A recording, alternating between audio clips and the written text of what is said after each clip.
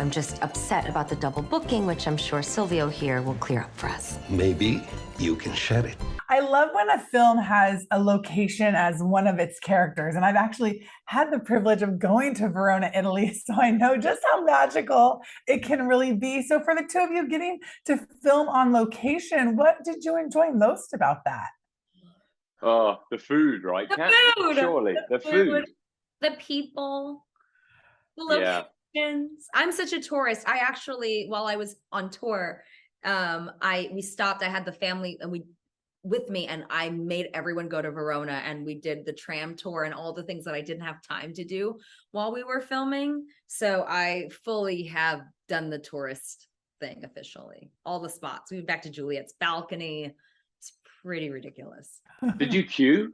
The queues for Juliet's balcony No, are there wasn't. There absurd. wasn't a queue that day. It was like the Red Sea open. It was amazing. Oh my God, you're so lucky. I know.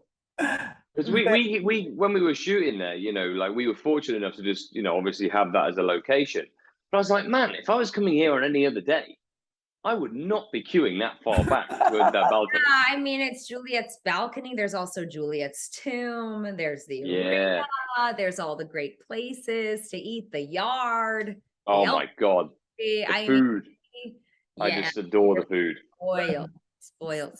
So fun. I know everything about it just kind of enhances the experience. Tom, one of the things I thought was really interesting is your character is in the wine business, and it's a business for him, not a passion per se. I've got to imagine that for you, acting is both. So what does that look like? How do you blend those lines? Well, actually, I think that's a bit of a front that Charlie puts on. I actually think that he does enjoy the passion of it. I think he talks a talk in that side of things, but ultimately, when he talks about his dreams, he wants a vineyard and he loves wine. It's what he's all about. So I think it's all this front to kind of like a self-protection thing. But for me as an actor, like taking a role, I don't want to take any role unless I'm passionate about it, because that's what drives me to do what I do. It's what makes you want to go and make these things every single day. So fortunately, I was very passionate about this movie and doing it with Kat and Mark, because it's just such a fun movie to do. These kind of things don't come around very often. I remember thinking when we were on set how lucky we were to be shooting this movie in these amazing locations and stuff, and eating this amazing food while we're shooting. It's great.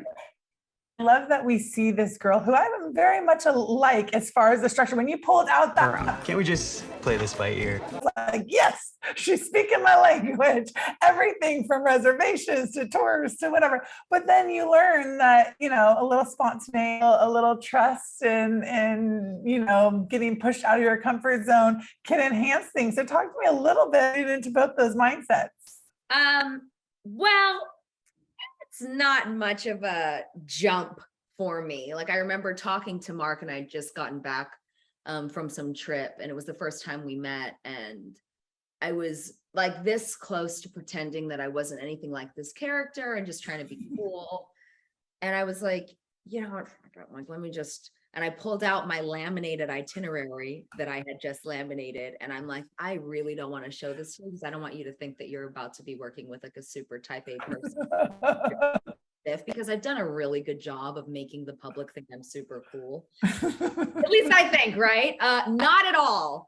And I pulled out my itinerary. I had shown him not just one, but two journals, one like a 13-week planner and one for the year, so I can have an overview. And that was just one of the similarities, but it was such a lesson for me as a person. And you look at, even though it's a romantic comedy, you look at the projects you get as a way to become a better artist and to get to know yourself better.